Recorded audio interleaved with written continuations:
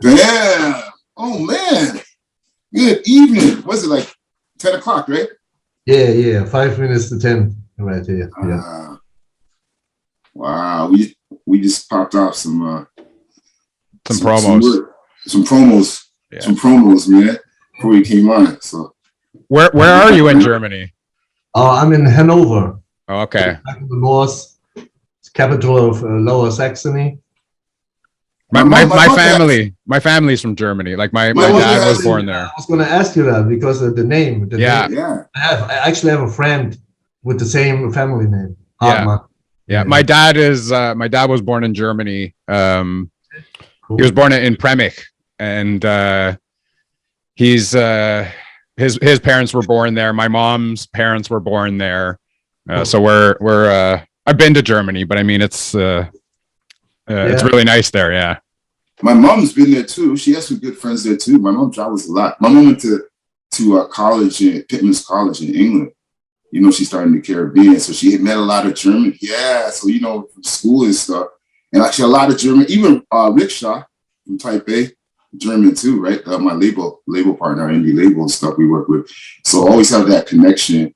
And hip hop, actually even hip hop, man. Germany's been like the capital for like the center for selling hip hop for like forever, from like the late 80s. Did you know that? BoFaat? That Germany was like it's one of the major markets for selling hip hop like since like the late 80s. Like long time ago, unlike real hip hop always sold even Groove Attack, you know the label Groove Attack, that was like a hip hop. Groove Attack. Yeah, but that's why they were hip hop. They were a big label. They got all their like back from hip hop, and then they moved on. Right, they're not really right. I know because we had the link when me and Tough Dumpling did the Super Rapid, and I had distribution. I had distribution for my indie from back in the day. So that's how I knew. And those records went, man, like 5,000 records gone, dude. Yeah, back in the day it was crazy, dude. We get orders 5,000 records, dude, and you get the money in the bank and you just ship it. If you was hot, man, yeah, it was crazy. Japan was crazy too. So Japan, it would be obviously London, Germany, Japan, and then obviously the parts in the States. Yeah. So you got some history actually for hip hop that goes back a long time. Makes sense that we doing what we doing actually, really. Yeah, I mean, Germany. First time I got in contact with hip hop was like 1984, but that was breakdance. That was when breakdance got big over here in Germany. You started as a dancer too? I was a breakdancer first. So was I, man. Not a pretty good one. Bro, I was okay too. That's why you probably. I was gonna say. We had the same thing. Like, shit. Did you break that? You went to Austin. Did you break that? I did not. I did not do the breakdancing. No. You tried. Come on. You want to try? Yeah. Would you do the worm and then you hit your chin and you're like, hey, that's it? Well, I think everybody did the worm. I mean, that was part of it, but I wasn't like, I didn't classify myself as a breakdancer. I still have a few moves. I was okay, but I wasn't. It's like I was one of them dudes. If I can't be in the A+ grade, you know what I mean? I'm gonna fall back. You know what I mean? Let the real people. That's how I view music, anyways. Even hip hop, like even artists. If you are like on a certain caliber of skill, I'm like, there's enough skilled people that's amazing at it. Why are you taking up their space? So I always had that kind of attitude. But yeah, that's cool. So what? How old were you when you first encountered hip hop? You said it was 1984. Was the year, right? I was like 14 then, 13, 14. Yeah, I'm 51 now. Oh, really? Yeah. We're the same age, too, dude. I didn't even know that, dude. You're 1970, dog, dude. It's 1967 or 71? 70. You're 70, yeah. I didn't know that. I didn't even ask. This is crazy. When me and Joy Dawson talked about this, I go, this interview's going to be interesting because we only met like, people know us through working musically, and that's pretty much like how we met, and we just been doing these voice messages back and forth. But wow, that's so crazy. We had all that in. It makes sense now, and a lot of other reasons musically why you get me. I don't have to explain stuff because we have the same timeline. Yeah. The only difference is I was in New York. Like when you were seeing those songs back at that time, I was actually going back my whole life back, so I could actually go and come home, or I actually could touch hip hop in Mecca. You know what I mean? But dope, man. So what you went from breaking to what? Rapping. I was rapping. Did you DJ at all? Did you DJ at all? Do you DJ? No. No. I didn't DJ, but I was rapping. I was rapping for, I think, almost 15 years. I actually got albums and shit. Oh, so we gotta do a joint, man. That's what we're doing next. I'm gonna get you on the track. You know, I'm gonna hold you to it. When I was rapping, I was already always digging for samples, and I always had my people who was producing. I always got them. I gave them the samples I wanted to have on the tracks. Like, you know, you gotta cut that, chop that, and I didn't know how to do that. But then at some point, I started to do it myself, and then. Who are the guys at that? Because this is crucial information. Okay, at that time, because I love this time. This is the innocence time. You know, you just find yourself. So at that time, what was your MC name first? And second question, 2-part question: who were the first 2 producers that you met? Like, you know, that first home you go to and you see a producer with the equipment. How did that happen? Exactly. Yeah. How did that tell the story? Like, what was your rapper name, and who were the 2 guys that you would go to and give the samples to? Actually, sir. Yeah. So my first rap name was really corny. It was Cool Kid B. I mean, that's 80s, bro. Hey, you want to hear mine? RMD, Rap Master D. See, same timeline. Those don't sound the same. Everyone had those, but at that time, that was the name-esque thing, right? Yeah, exactly. Rap Master D. Oh, RMD. I used to draw the RMD in English all day. RMD. I had like the crest. I still have it somewhere. I gotta find it. So yeah, so you were okay. So that was your name, and then from that, like, were you recording with that name? You had demos. Oh, no. With that name, that's just high school on the table, or like going to high school and lunchroom on the table type stuff. So when you started recording, what was your MC name? Or you had 2 guys. I changed my name to. I had 3 names, right? So. The next name was Mike Player Maniac. You stepped it up. Stepped up a little bit. And my last name, and that's what the name I actually did albums and EPs with. I also was in a few groups. That was Egocentric. Oh, that's a dope name. Yeah, that was my rap name. Egocentric. Does that still exist? That's a really good name, man. Yeah. It's like Afrocentric, but egocentric. To the game, you know, to the hip hop game. I didn't like I'm not a hater or anything, but I didn't like a lot of things in hip hop, you know, like how the people behaved and stuff, and like posed, and you know, there was something that turned me off. So I was always like, I was totally into boom bap hip hop, you know what I mean? What was this? People don't know. People don't know, because you're in Germany, you're talking about Hanover and stuff. What was the scene like then? Like, did you guys have shows? Right? I know you guys had a big market. Were you going to like concerts every month kind of thing? Like, what was that time like? I mean, there was a time, you know, hip hop really got big when they started to rap in German, you know, because before everyone tried to rap in English, myself too. Mm-hmm. Yeah. I always rapped in English actually, but never rapped in German. But when that kind of became big, then money got in, and major record labels tried to sign rappers, and even until now, you can make money actually here. You know. What year was that? Yeah. What year did? Old times, like in the late 80s and in the first half of the 90s, we really had like hip hop jams. Like we really traveled from town to town, and there were like breakers, graffiti artists, DJs, rappers. They did little shows or freestyle sessions and shit. That shit was dope as fuck, man. Back in the days, though. But that started getting a little crazy, like you said, with the, you know, hip hop has that edge to it. And you didn't like all the, I guess all the, you know, the static, the battles, the, you know. But then they started. Not the battles, but sometimes the battles get out of control. You know what I mean? That's right.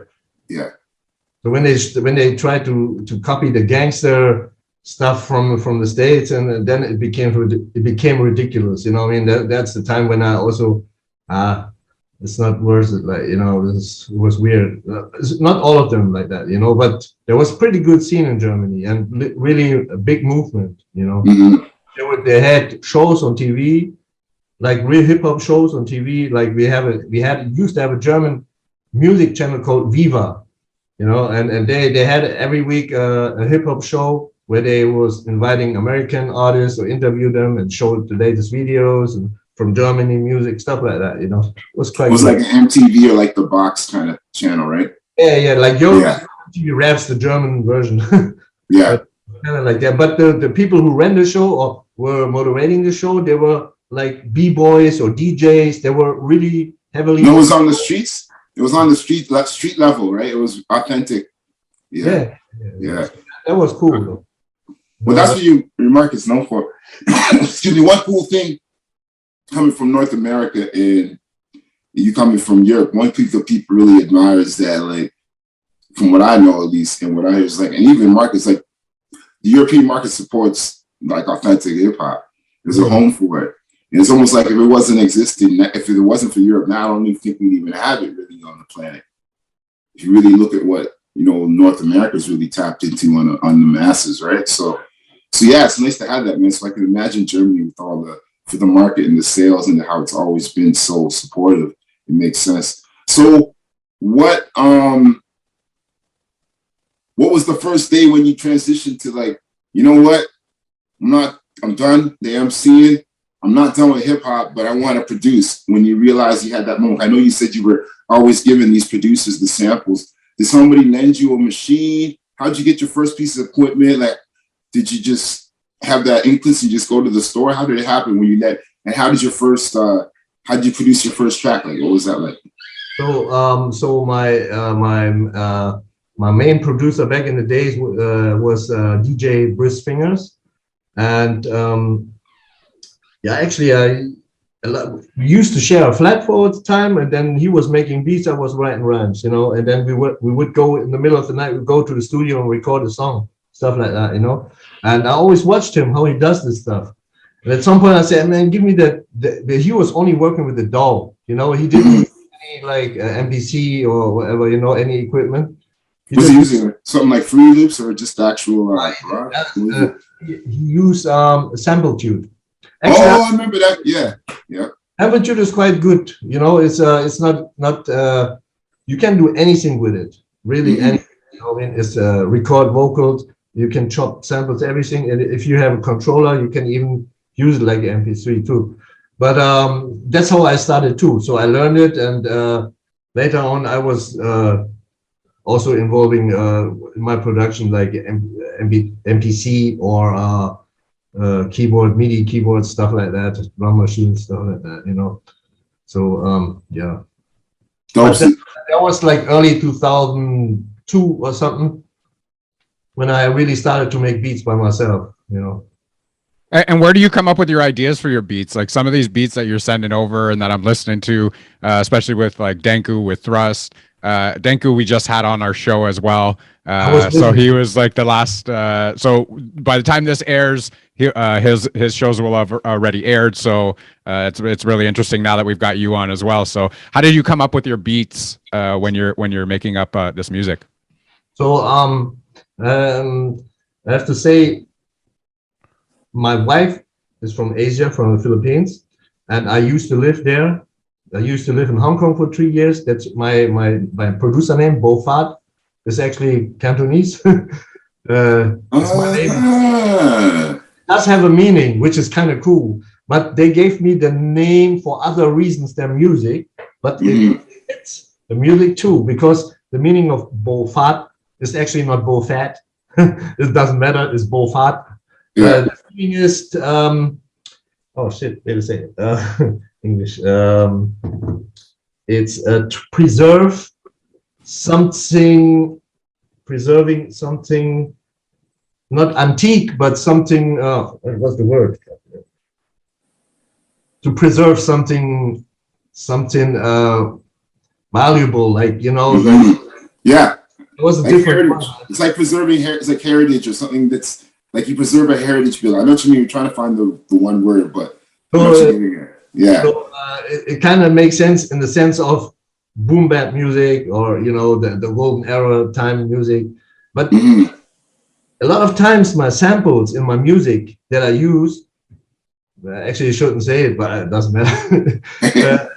But a lot of times I'm like from the Philippines.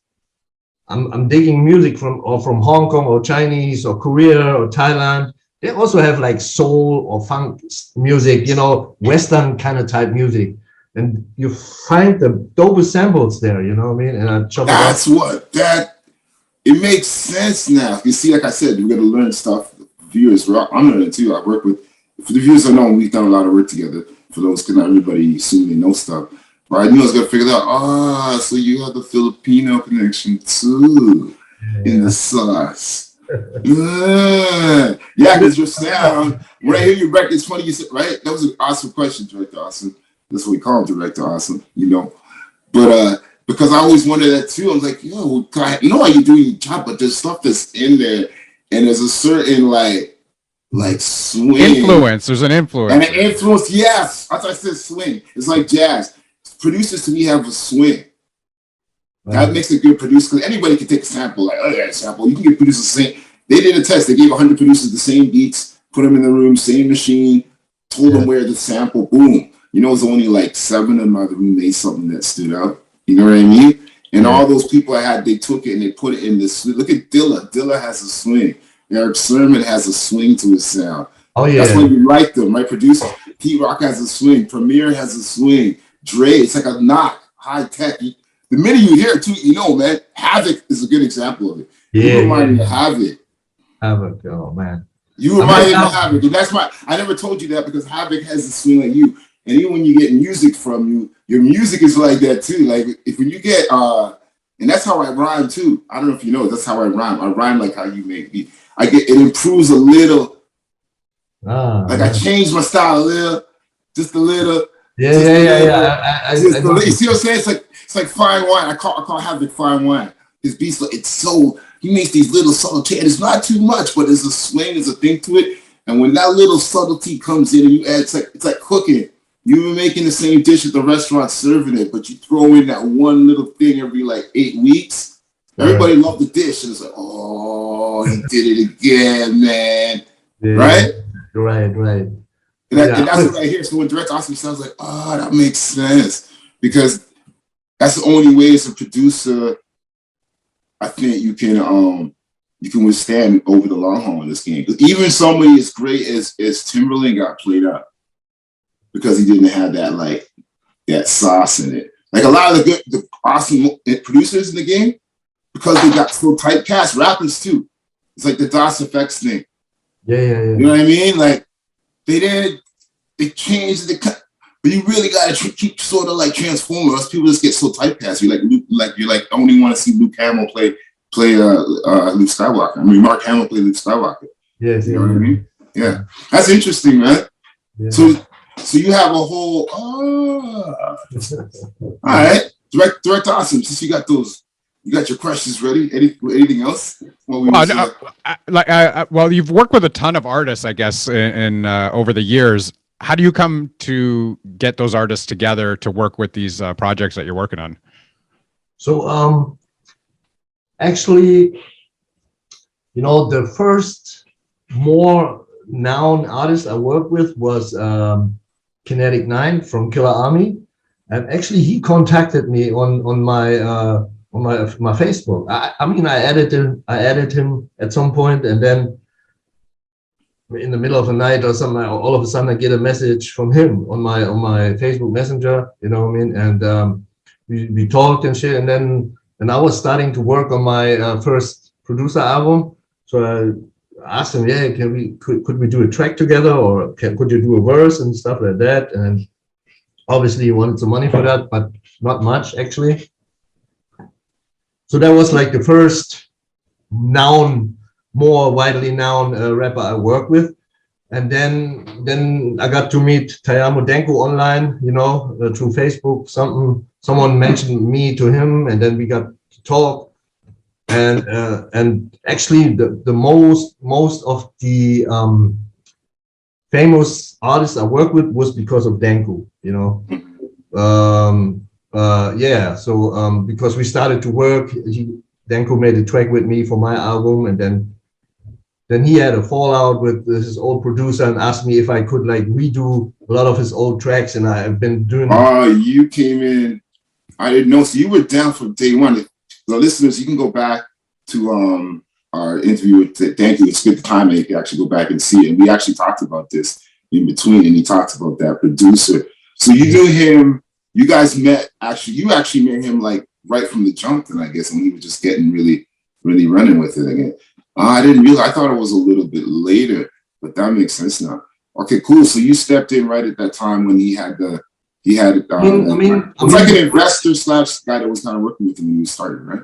So first we did some tracks, some brand new tracks together, and then I noticed that his producer at this time, he still was working with his producer, always made some funny comments on when Danko said, "Hey yo, that new beat you sent me was dope," blah blah blah, right?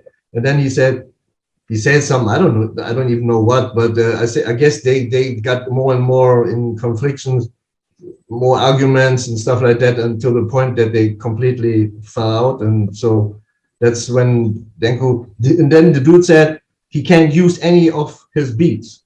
So that's why he asked me to redo the tracks, you know. So I know it's serious, eh? You know, I never had those talks, but I always see it. Yo, we can't use my beats no more. Yeah. That's the worst thing you can say, man.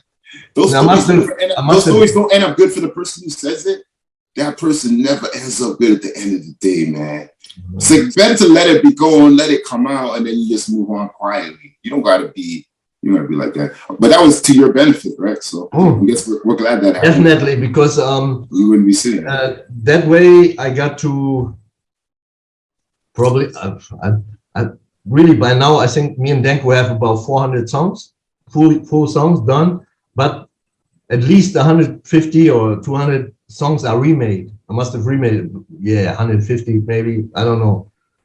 So you can imagine I was like nonstop, and I quite got good. My skills got much better in remaking songs, but through that, you know what I mean? Because what I not did was listening to the song and try to remake exactly the song. You know, I only listened to the song once just to get the BPM of the song. So once I had the BPM, I never listened to it anymore. You know what I mean? So I really did a brand new beat to it, and maybe even the mood of the beat changed from happy to more dark, grimy stuff, like, you know what I mean? So what it fit, you know, it was cool, you know. So the process, that's so cool, man. Yeah, because I'm not trying to copy the beat, you know, or even the flavor of the beat, you know. So and now through Danko, who there's this whole connection now from Danko to yourself to Thrust, is how you met, I guess, with Thrust as well, right? Danko and Thrust, actually, you guys all connected with each other, right?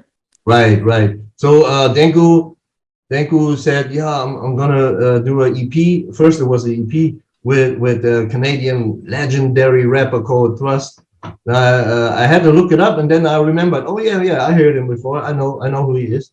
Say, yeah, cool, send me whatever, and I sent some beats, and then he sent it to Thrust, and from there we got to talk, you know, and then we decided to make more, you know.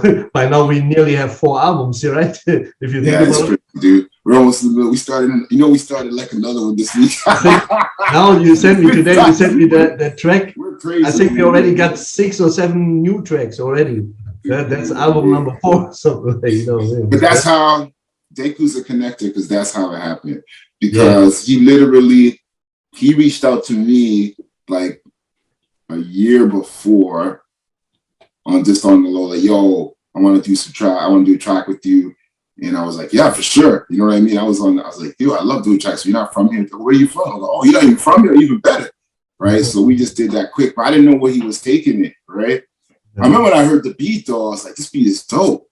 That's what's the first thing. I always tell, and this is just, you know, MCs or producers who might want to work with me.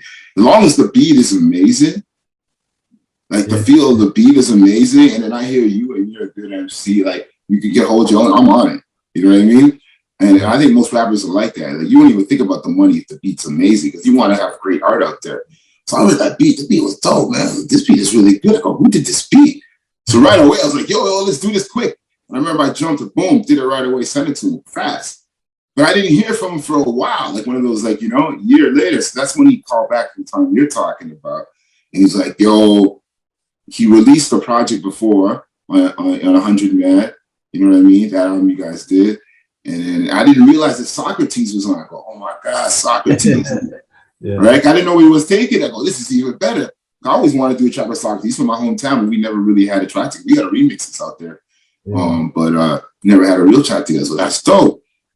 And then the beats again. And I kept saying to him, I remember, you can ask, you can see in my mouth, I kept saying the thing. I go, thank you. I go, yo, man, who's doing your beats, man? Okay. Every time I suck it, that's once I started working with him, he started linking me, then you link to his gram page. I kept seeing all the other tracks on the album. Because you're on an album, then you check the rest of the album, right? Yeah. Like, yo, these beats are crazy. Yo, I go, yo, whoever's doing your, like, BoFaat does all these beats, man. I couldn't believe you did all those beats. Yeah, all everything. Yeah, I know. I think Drake Lawson knows what I'm talking about because you're not like typecast like that. It makes sense when you talk about the influence. And it was a lot of stuff. And like you even said, the catalog you have, I'm like, oh, yo, man, it's the same guy. Like, wow. You can create all these different moods, man. Right? Because most producers can create 1 or 2 moods. You're versatile. I'm gonna give you your flowers. Right? You could create you can paint a canvas. If it was a rainbow, you could do every color. And I think most producers can do like 2 or 3 colors. It's hard enough to do 1 color. You know what I mean? And when I say do it, I mean do it properly, not do it and just pull it off. Right? So you got that. You could probably do a commercial track too. You haven't done it. I know you could do it too because you're just one of those people. You got an ear. So so then from that, he hit me and he's like, yo, I was the one because I thought we did the track and I saw the work ethic. I go, yo, Danku. I was like, if you want to do more tracks, let's go, man. Like, if you want to do another track, I go, because I wanted to do EPs, and I saw he was dropping Whip. And I said to him, like, yo, if you want to do an EP, let's do a 5-song EP. And it was just over that. And we're doing these voice messages back and forth. And then you came in the mix. I think you sent, it was September, man, 2021. I remember you sent the first batch of beats, and it was like 5 beats on there. Oh, my gosh. And I went to work. And Danku was working, and that's when we started our schedule. And I said, I'm going to get you the verse when I come home. And Danku was like, I'm going to get you the verse when I come home. And all 3 of us have the same work ethic. I've never seen our work ethic before. Because we went from doing an EP, but within like 4 days, we had like I think 4, we did a track a day. Wasn't it something crazy like that? Yeah. So we started on Monday, and by the weekend, the EP was done. And we were like talking, and we didn't want to stop. Like, no one wanted to stop. Nobody said anything. So I was like, so I guess when it's the album now, we're like, yeah, okay, well, keep seeing the beats when it ends. And we did another one, then we did another one, then we did another one, then we did another. Dude, we did a record, this record Nicer Than You is coming out later September for the audience, for the fall. We did this record in, 4 weeks? I think we did the record? 4 weeks, right? Yeah. At least. What was it like for you? Because you was a producer. I know you. Did you, you must have been going nuts because you're getting these verses back and forth every. Can you explain what that was like? I was going crazy over here, especially when we did that 1994 album, because there's so many people involved. And then I think half of the people that wanted to be on the album, didn't even send their verses. They didn't make the album. It was, after one day, it was like 30 people. Because I was doing an announcement on my Facebook. I'm gonna do that album with Thrust OG, and we want on every track at least 4 or 5 features. So the people bombarded me. Hold on, I don't want to interrupt you because I know you're right, but just for people who don't know us, I want to go in the order because we basically what he said. We finished the album with Danku. We did an album September, right? And we went from that into because Danku had stuff coming out, and then we. BoFaat, I'm like, yo, BoFaat, if you want to keep doing beats, let's just keep working on stuff. And then we finished the solo record for myself, which is coming out later this year, Broken Arrow, right? And at the end of that, we did Straight Through the Roof. Remember, Straight Through the Roof was originally supposed to be on my solo album record that me and BoFaat did. But then we had too many tracks. We just kept doing songs. We didn't know how many songs we had. Director Austin. It was crazy, man. We had and then we were doing feature songs too. So there was so much music going on. We're doing these tracks, and there's all these other side tracks we're doing. Right. And then at the end of that, you were like, "Hey, man, I listen back. I think we have enough music, and the album. We want to have more solo tracks on the album." And we're like, and I'm like, well, let's just do like a Wu-Tang kind of like project. We already have all these other MCs that we use, right? And in my camp, I got Tuck Dumpling, Danku, the record. I go, let's just take these dope rappers here and just start another project because the energy was good. Yeah. Right? And then we're like, okay, this is going to be all collabs. This will be easy. It's a little funny though, right? I mean, but how did you, now you plug back in. This is the part of the story, because this is the part of the story I think is dope. So after I talked to you, tell the people how you started the project. Didn't you go live or something? When you went live, what happened? Didn't you say when you told me about the project, I remember I was at work and you told me a story about you decided to go on Instagram? All right, yeah. Don't you remember the start of the project? You went on Instagram and you said how many rappers you're doing a project with? Yeah. How did it go? Yeah. Right. And then after I went live on actually I think it was live on Facebook. Oh, I don't know. I was at work. Yeah, I think it was live on Facebook. And I made this kind of announcement that we're gonna do a album with a lot of features. Like, so who wants to be on the album has to be dope. And then the people started to send me links, like where I could listen to the music, however they sound and stuff like that. And that's how it started. So I think at the end there were about 60 people that wanted to be on the album. But I said, okay, but I can't wait forever, right? So we got to get it done quick. So and in that time, at least like the people who were on the album made it in time, but there were more people who wanted to be on the album. I remember you said you had to shut it down. You said you were like, I gotta shut it down. I was like, really? You do an idea, Tom. Hey, we'll maybe get like 2 people, 5 people. Yo, 60 people, man. I was 20 of those 60 people are. That seems like too much work to have to like go through just to find out who you are. No one would expect that. You'd expect it's just the average of numbers, but that many people want to be down on a BoFaat beat. You know what I mean? That many people. That shows you though, like credit to your production, right? How many people like I'll take my flowers in it, but a lot of it too is like, yo, they know the beat's gonna be dope. They're like, yo, I gotta get on this. That's crazy, dude. But the crazy thing was I had to send the beats to everybody, but I had to send one beat to at least 5 or 6 people. But at some point, I didn't know which beat I sent to who. So when the verses came back, sometimes they just sent the verse and then tell me for what beat that was. So I was like, yeah, but I cannot hear. He just sent the vocals, no ref track, nothing. You know what I mean? So how do I know for what song there's so many beats? I don't know how you do it, man. You know what I mean?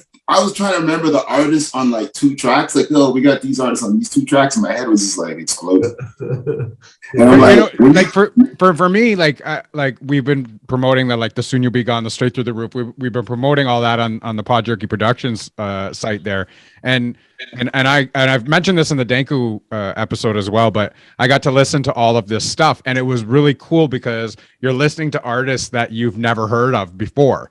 So we were listening to Elad Authority, artists I've never heard of before. And then one of the tracks that you had on there, because I get kind of priority with the music now, I get sent it because I do a lot of the promo work, is the German rapper. Just so you know, this I had to do this with Danku. Director Awesome Tom. This is Tom Awesome. He's the one that does all our promotion. All right, that's cool. All the promo reels, every single mini commercial. This is the dude. This is my guy. This is this is Thrust OG. You see me and him, you see me, but it's me and him. Not like every movement, and it's between us, the creator. So when I get the beats, the songs, everything early, like he's the one that gets, because he has to hear it, because he's got to make the reels. Cool. He's a producer too. He's our vision, our multimedia. He's our media assassin. He's our Harry Allen, the media assassin. You know what I mean? Yeah, so. But what I was getting at is I heard one of the tracks and you had a German rapper on there, and I've never really listened to German hip hop, but you had a German guy on there, and I was like, whoa, this is really cool. to hear it in a different language. So that was just really cool from somebody who was on the outside of the music business to get to listen to that before it even came out. All right. Yeah. I feel you, man. Yeah. That project's going to be special because it's one of those things we started organically. We didn't even have the title to the end. The music just came and it was just done. Like it's crazy. So I don't even know how much work you do, because the funny thing is we did like 3 records, like a record a month. Then you did all these records with Danku, and then you're recording with Chief Record. Then you're recording with Kinetic 9, you know what I mean, Jux Diamonds. I could go down a lot, because everyone on these records is working with you too.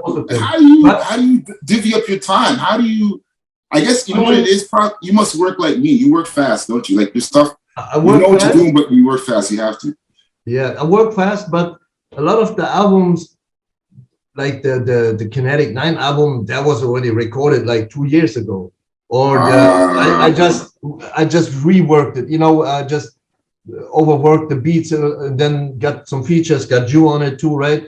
And or the Elad album we did last year actually, and it was mixed by someone else. A lot of the stuff that still has to come out, but I'm sitting here on 10, 15 albums with different artists that still has to come out. Actually, even now, we are 5 tracks deep. I'm working with a group from South Africa called Nuke Smugglers. Awesome. I'm gonna send you the tracks. You can listen. Oh, that must be amazing, man. They're so fresh, No, the stuff from down there I heard. There be any music from that region that you hear that gets, and if it gets out too, it's amazing. You have to tell, oh man, I got warm and fuzzy. But see, you're doing it the right way, because you're going like international, right? You're going here, South Africa, you're in North America, you're over in Europe, you're going everywhere, right? So you're getting it from all sides of the world. I mean, if I vibe with anyone, it doesn't matter where they're from, Yeah. So I love to work, especially if we have the same vibe and the same work ethics, like with Trust or with Danku, then it's a no-brainer, I mean? Let's do it, So that's why we probably keep on making music. Probably by the end of 22, we have albums for the next 3 years or something. Yeah, it's getting crazy. One thing is with music, when you have good chemistry, you see it with groups that you love, it's not a chore at all. It's not a chore. It's like an addiction. It's become like you have to okay, man, just let that down. Because it's not, like I said, it's not time consuming like that. And then the end result is great. You know what I mean? That's a good thing about chemistry. And then once everybody has the same consistency, like we all know within our circle of people that we work with, Dave, it's like if he sends me music, he knows within 48 hours he's getting something back that's credible. It's hard to say that and know that. How many times, BoFaat, on the other end of the scale, have you sent stuff out like a beat and you're sitting on producer's biggest stories, and I sent a beat to this guy, it's amazing, and I haven't heard back from this guy in like 12 months. And then 7 other people are asking you for the beat. Yeah, I mean, you know what I mean? Yeah. So that's the other side of the coin. So when you get people to boom, boom, boom, boom, and you're loving what you're hearing, and it's what you imagined on it, it's like a no-brainer. You know what I mean? So right. So, I mean, also what I actually hate to sit on music. I hate it because I think making music is always, it's Sorry, guys, I'm just getting some light. I'm getting some light. The sun's dipping in here. You get some light. Keep talking. I got you. When you're making music, it's like when you produce a beat, you really want to hear someone rapping on it, right? And you want the people to hear it, and then you have to wait like a year or 2 or whatever, depending on how you release the music. If you release it yourself, that's the fastest way usually, right? We have our album out with Black Buffalo. That's coming out in, I think, April, May, probably. But I was like, damn, that's a long time. We should release something until then. That's how we actually came up, right, with the idea to do the feature album with all the guest MCs and stuff like that. It's funny. It's momentum, right? We want momentum. Everybody wants it's momentum. And the thing about the game is like. But is it also time sensitive? Is it also time sensitive because you have a certain style that you're working on, and then a year from now, maybe that style isn't the same as it was in the past year, right? I just can't talk for myself, but I feel like I always keep progressing with how I make beats, even how I mix my own beats and everything. So when I hear a song that's 2 years old or 1 year, I already I would do it now a little bit different. You know, it is like that. That's true. It's true. Like that's why I actually redid the whole Kinetic 9 album. Yeah. Because I didn't like the sound anymore. I mean, it's not whack or whatever, but you know, when you progress and when you develop, you always hear something. Then no, I don't like it anymore. You know, it's like that. Yeah. So a little bit, maybe in 2 years, if we do a song now and release it in 2 years, maybe at that time I'll be like, oh, I prefer to remake the beat. I don't know exactly. how. No, because everything it's a mood, right? Music is moods, and you're in a different mood a year later. Like it's a mood in a time. Maybe the mood of the planet was different, right? So it's like we make a record. Say we make a record during these times right now. It's a different mood. Everybody's inside. Everyone. Like I was thinking, even for hip hop, like it's a win for us in a sense now because everyone making club music right now don't even matter. Clubs is kind of like our lock, man. So if you're an artist that's making a lot of club music that's done no substance.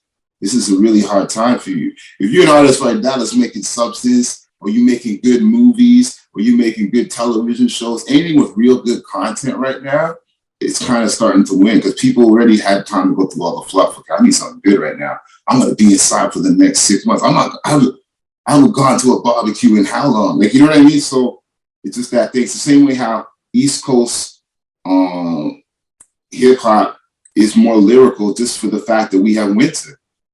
Yeah, it's true. That's true. You know what I mean? Like the West and the South and the Mid, all those places, they're still outside without running around. But no, what are we forced to do? We inside for these 2-3 months. If you want, like right now, I don't know what's the temperature, right now, right? It's minus 20 over here right now. It's been minus 20 the last 2 days. Minus 17, minus 20. Yeah. Right now, Toronto, I'm outside of Toronto right now, where I'm at right now. But even with Toronto's at minus 10, minus 12. So basically, that kind of weather is just inducative, like you're going to be dipping it outside, but you in your crib. So you're inside, have more time to write, got more time to paint. You know what I'm saying? The word, it's just the whole thing, right? So things come out like that because it's just inside culture. And we run outside in the summer for the 3 months, but even most of the time it's inside. And you're constantly working on that craft. That's how I think we're we better poets because because drawers, I watch all artists that craft every day, you get a little bit better. Those guys that do all those magazines, they draw like 100 heads, they draw like 30 heads a day, they still drawing heads in every angle, right? Right, yeah. So that's what it is for people who are creative. And I think that's the thing with us. So you got two types of creative people. You got those people who dabble, go in and out, and you got people like us who every day, like working on the craft. So it's going to get that much better every time because you're consistent with it. And you're not consistent with it because it's something for fame. You're just consistent with it because it's just it's in you. You've been doing this since you were 15, right? I've been doing this since I'm 15. We're the same age. Look how many years you've been doing hip hop, man. It's so long, man. So long. You don't know nothing else, man. You don't know nothing else, my G. I don't know nothing else. Like hip hop, we're lucky hip hop gave us, like, made us worldly. If it didn't, we'd be, oh my gosh, in trouble. Because it makes you worldly if you live hip hop, right? Because it gives you that kind of mind where you have to be expansive on top of technology, on top of things. You know what I mean? Crazy when hip hop made me discover more and more music, but you know, it's like no matter where I am, when there's a radio playing or there's commercial on TV or you hear music somewhere, I always dig for samples. I'm always like, oh shit, I gotta remember that song. I gotta remember there was like a little bit. I want that bit. You know, it happened so many times, you know, and sometimes I forgot, or I don't even know what song that is. I hear it on the radio. Shit, what song is that? And I'm trying to remember it and try to find it somewhere. But or even movies, you know, a lot of time old movies, the soundtracks. Wow. You just read my mind, yo. I was gonna tell you. I was gonna tell you an area to look. I seen it. I'll give it to you. I don't care. It's shit. I've seen a lot of stuff on the digital channels, on the TV, the apps. They have all the retro TV shows, man. Oh my gosh, dude. There's one I'm gonna tell you off air, man. It's so much music in it. A lot of that stuff Quincy Jones and all those other big producers did, like in the 70s, that's when they made their money. They did all those scores for those shows.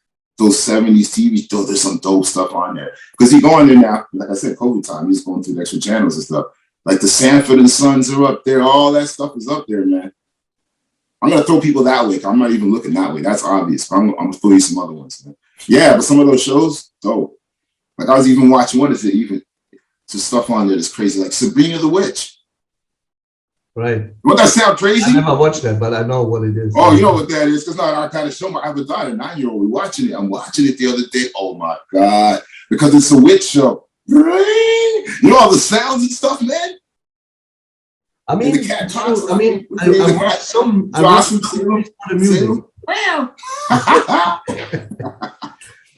You know, some movies, I mean, like Once Upon a Time in America. Yeah. I don't necessarily have to watch the movie. I just listen to the music. The music is so dope, you know. There's a lot of movies, films, whatever. They have such nice soundtracks that I actually just watch it because of the nice music. But it's crazy. I love music so much, you know, any kind of music. I'm not all, obviously, but there's so much different music out there that when you really listen to it from your heart, like, you know, then wow. Plus, is your family a Filipino influence? Because I know I have a lot of Filipino friends here. Toronto has a huge Filipino population, huge. Yeah, I know. My neighbor actually is Filipino, right next door to me now, like Filipino, like right next door, hanging all the time. He's a hip hop dude too, right? Oh, Filipino. Right. One's from Philippines, and the other one's the wife's from Philippines, and he's from El Salvador. You know, so we got that good mix, right? Nice. You know what I mean? He's actually home right now. He's lucky. He went for 3 weeks. I can't wait to see him when he come back next week. But yeah, and it's that musical influence. That's hip hop, that gumbo. That's what made New Orleans. New Orleans, like you would love going to New Orleans. New Orleans is like New Orleans is that hub in the South. They created all the music for the Americas, right? The jazz, the blues, the rock and roll. It was like a gumbo, man. When I went to New Orleans, it was so mind blowing. Anyone who does music has to go there because even the culture, you could tell every venue, number one, all the music venues, no cover fee. You just walk in the door.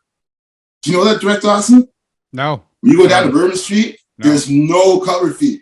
30, just walk in. There's nobody even at the door, man. You just walk in.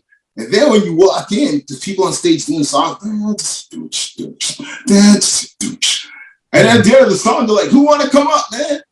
I'm like, what? And you see someone from the audience is this like average white girl come up, grab the mic, I'm singing. Someone just come up, start playing the drum. Dude, I'm almost getting chills, man. And it's a gumbo of music, and you see the whole thing, right? Yeah. And that's the beauty of music. It's from that, then people went out and just created all these other things, right? And that's like your household, and most musical households, I find they have that. They have producers' households that have that mix. They got, if you look at their record collection, it's crazy. Like Power is like that too. DJ Power from Soul Controllers, his house was like that too. You know what I mean? His dad he had both sides. He had Spanish, Black, and he had that mix, right? In the house. And the record collection was just crazy, man. Samba, this, that, Latin, blues, hip hop, boo. I used to go to that record. We look at the whole, it's like your background, the whole wall, and all kinds of worldly music. So you went to sample and DJ and mix. Oof. There's so much. It's endless. It's endless. And that's why you can make different, that's how you can make that palette of music that you can, I guess, because you have that. You have to know. I always tell people, if there's one thing to be an artist that can rhyme and produce, but if you want to be a good producer of music, you have to know music even better. Like your knowledge of music itself. You know what I mean? You got to be on some Quincy Jones, man. And I find most producers like that. They have that. They have the long stay. They always have that.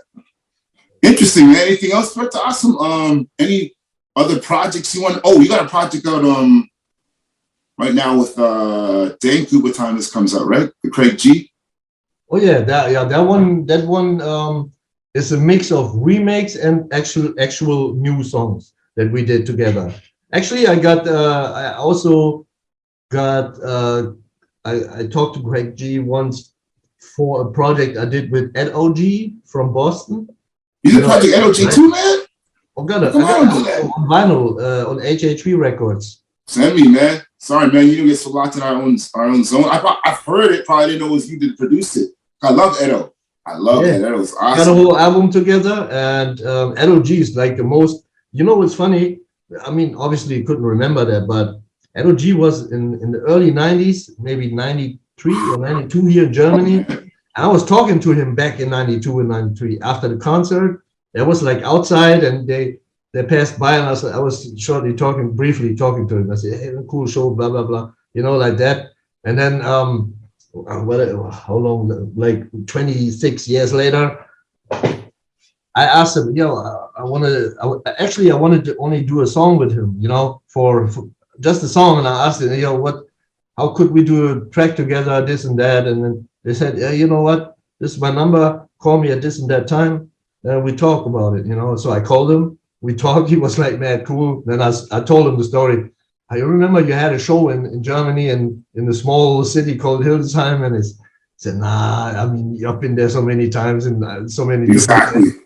I said, I didn't expect you to remember that. It's all good, you know. But yeah, man, then we started up, we're doing one track. And then I got this guy called Mas One. This from the States, a rapper too. And we kind of formed a group called Drunken Monks, where actually he did all that, you know, and I'm the producer. He's the rapper, and then we did a whole album with Ed OG together, you know. I know that project. Okay, see, I didn't know. You see, sometimes you know someone, but you don't know who's behind the scenes. That's the only record. That's the only Actually, if you look above my head, there. Yeah, that's the album. Can you bring it close? Can you go get it? You can get it from the chair. Bring it, let people see it, man. This is good, man. It looks good when you get it from the chair too.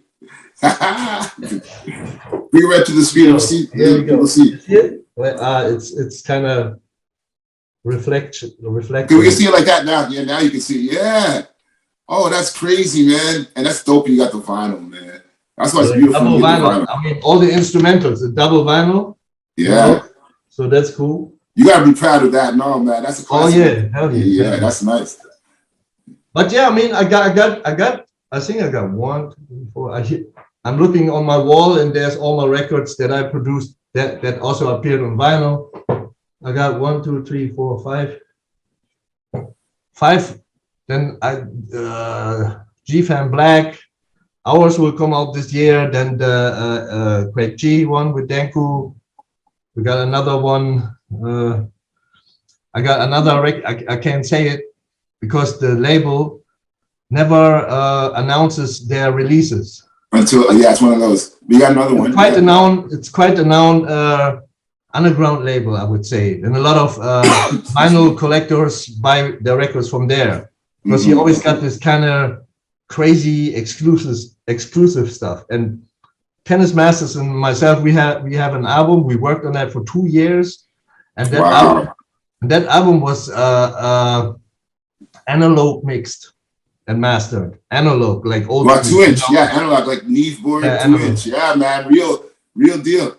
Oh man, that's that's coming out also early, maybe April, May too, around the same time as our album. That's dope, dude. So and I only started. No, I didn't say that, but I had a break from making music. Let's say I never stopped making music, but 2004, I moved to Asia. I lived there for 6 years, 3 years in Hong Kong, 3 years in the Philippines. And during that time, I didn't do any music, just listening and living my life and doing my thing. So when I came back, maybe 2009, I came back to Germany. Then I had to start from scratch here in Germany. I had nothing. I lived first in my friend's crib, and then from there, I built up, So, and I was already together with my wife, but we weren't married yet. So 2012, we married in Hong Kong, actually. Yeah. Then I brought her to Germany. And then after the 2 years, I started to make beats again. but I didn't go public. You know, I just made beats for myself to relax, you know, just to make music, you know. And it's only like 2000, early 2018 that I started to go public with my music again. And I, at this time, nobody from here was doing any music anymore from Germany. No, I mean, I knew so many rappers, producers, most of them had families, stopped, you know, so I was going online, and then that's how I started to, with small steps, you know, I met some MCs online, and we did some tracks here and there together, and then it built up. And then at this time already, imagine this, like after 3 months being public, like when I say being public, just being on Facebook or sharing links to my beats or whatever, that's when a dude came to me, actually a dude, a nice guy, right, from a label in England, and he said, man, I like your beats, don't you want to do a project or something like that, you know? And I said, yeah, man, I mean, I'm working on some stuff, you know, and so that's actually then my first album came out 2019. And after that, and now I already have like 6, 7 vinyls. Wow. Everything in like such a short time, you know, after 3 months. A friend of mine who's DJ Bruce Fingers, who never stopped making music, he was like, how you did that this label, because he collects the albums, the vinyls from this label. How you do that you after like only 3-4 months have a little contract, and it's just for a certain number of records, right? Like limited, but doesn't matter. I was like, I even get a little bit of money for that, and wow. You know what it is? Because like I said, you just kept at the craft. Like when you do the craft for the sake of the craft, the universe gives you things back, man. You did it for the pureness of it, and then you got to a point of just you did it all the time. And then when you decided to, okay, well, you know what, I'm going to present it and not hoard it, you're going to share it. I think it was just natural for those things to happen, because you put in the time, the dedication, and you had you just stayed the path. A lot of times, just staying the path, you win, man. A lot of people quit, man. My friend had this analogy of like, it's like a flower growing. You ever seen how a flower grows? Like 80% of the flower's growth is like underground, right? And then the flower comes through the ground, and then the stem is coming up, and then the leaf, the thing comes out, and then the thing goes out, and then the top part, the flower, even the flower is done, it's still closed, right? A lot of people, they quit when it's closed. Yo, the sun's about to hit, it's about to open up, man. Word, yeah. You see what I mean? Yeah. So people stop the whole process in different ways, or they sabotage it right at the top, which we see a lot with artists too. You know it's about to be a big shot at nice. You know what I mean? Red Rose, man, you just all of a sudden decide to just sabotage, self-sabotage.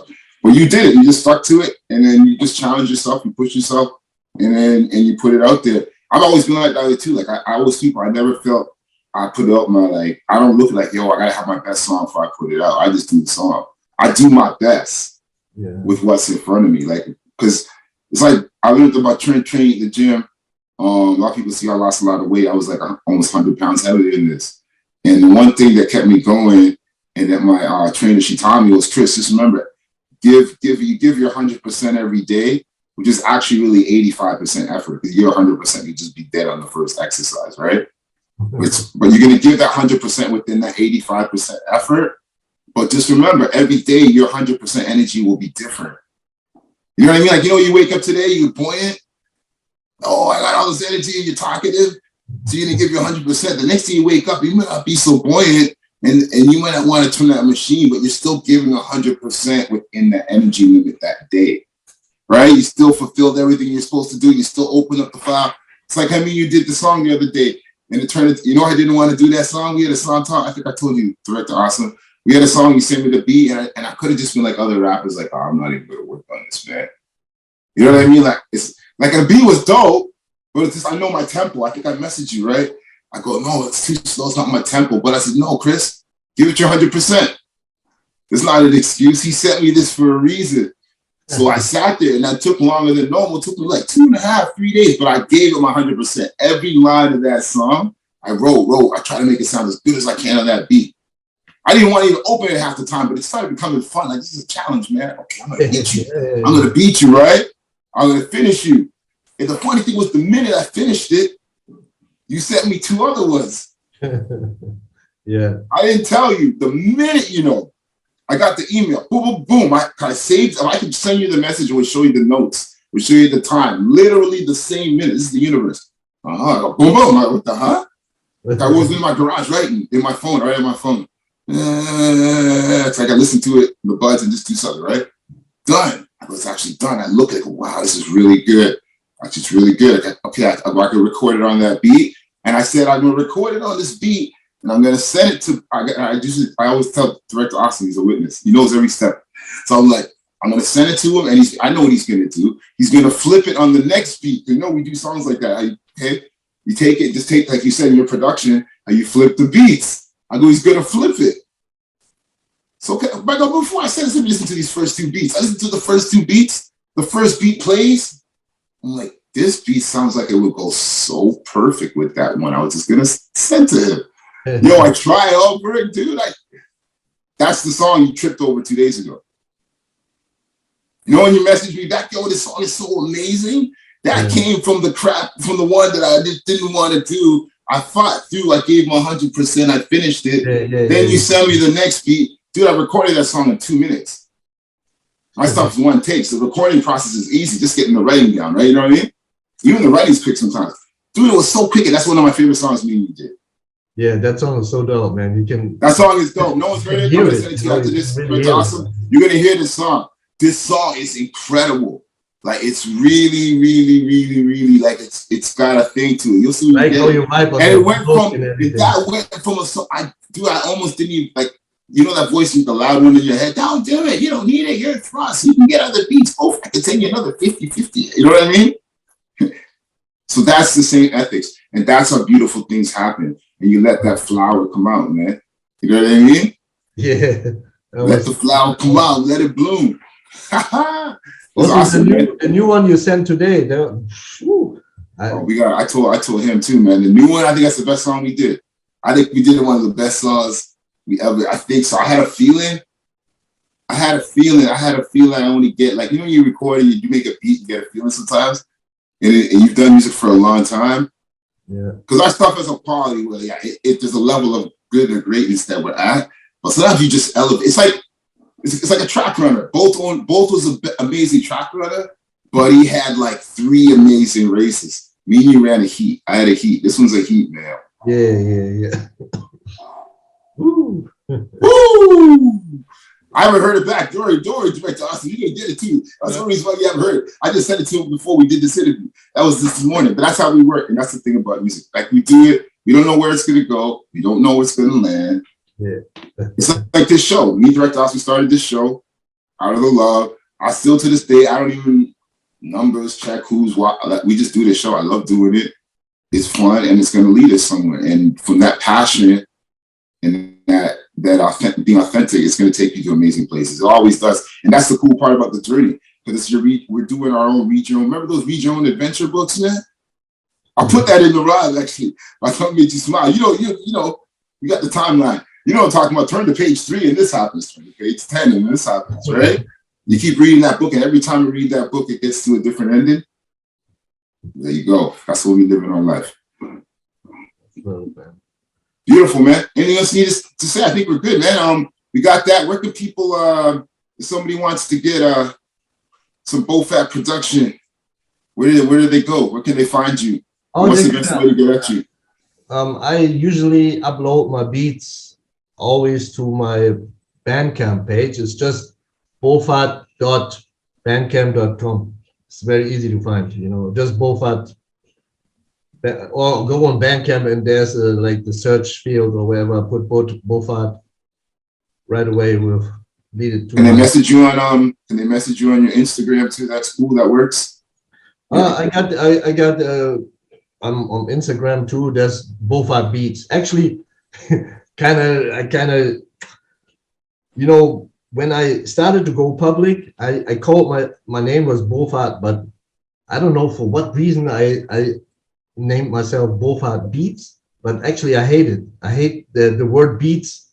When the word beats in his name. Yeah. I hate it. The funny, it's with a Z, right? It's with a Z. I was messaged you by mistake on it to send you the link for this Zoom. That's ironic you said that. And I looked at it, I go, what's that? I go, he doesn't use that. That was my attitude. I know you didn't use it. It was almost like I felt like your vibe.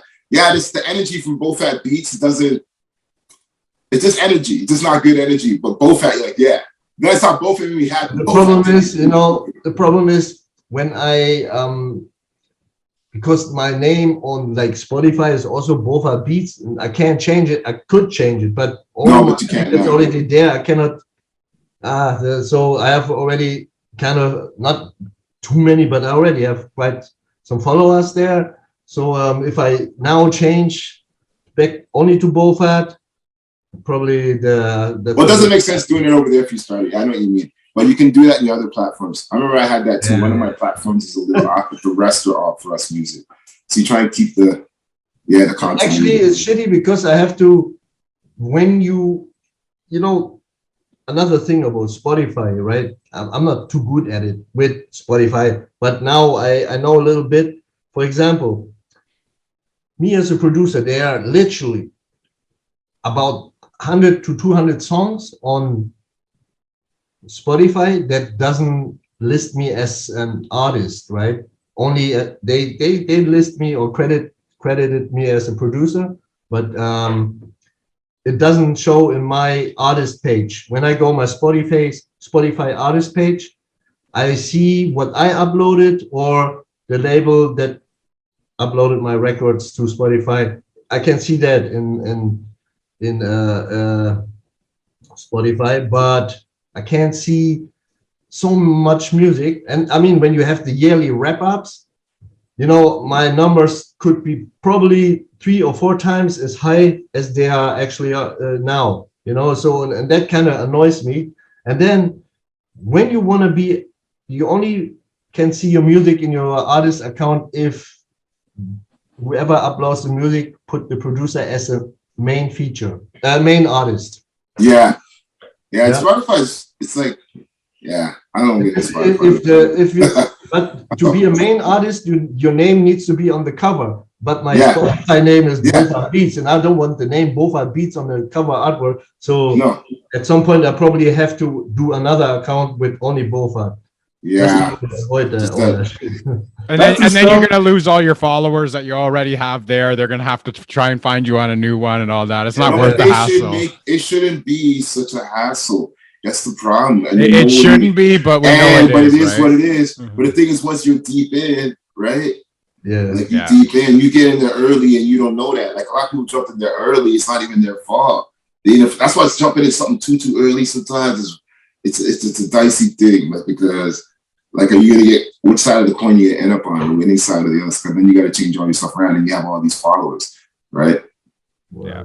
It's like if I went on, I was lucky. I was smart enough that across all my platforms, I kept thrust music. I don't know how I kept it. I just knew to keep it without thinking continuity, right? It was just a subconscious thing. I found a continuity when I was like 3 deep. By the time I got to my Instagram, my other 2 were already there, right? So I was lucky, man. But if it wasn't, like if I just started on my Facebook's maxed out. It's been maxed out for a long time. So what if that was like, you know what I mean? Thrust Music Group or something. Or what I do now, I meet you, like, right? So, anyways, it is what it is. You got to adjust, man. That's it. But we want to say thank you very much for coming on the show. I know it's 5:03 here Eastern time right now, so it's about 11:03 over there right now at night. So it's pretty late. But thank you very much for coming on the show. Of course, we're going to put all of your links in our show notes so everybody can find you on Instagram, on Spotify, on Bandcamp, and all that. We'll put it all in the show notes for everybody to find. And I'm going to try and get this right because before we were doing the show, Thrust and I were doing some promo, and I kind of screwed up a little bit of the promo work and made the other show. So I'm going to try and get this right. You can find us on the Northern Touch Show on Instagram and Twitter. Oh, sorry. Instagram is at the Northern Touch Show. Twitter is at Northern Touch 6. You can find us on Linktree. That's linktr.ee/the Northern Touch Show. This has been the Northern Touch Show featuring music producer BoFaat. For Thrust OG, I am Director Awesome. Thank you very much for tuning in, and wait for us on the next one. Let's go. Thank you. Oh, thanks, man. Thanks for having me. Hey, buddy.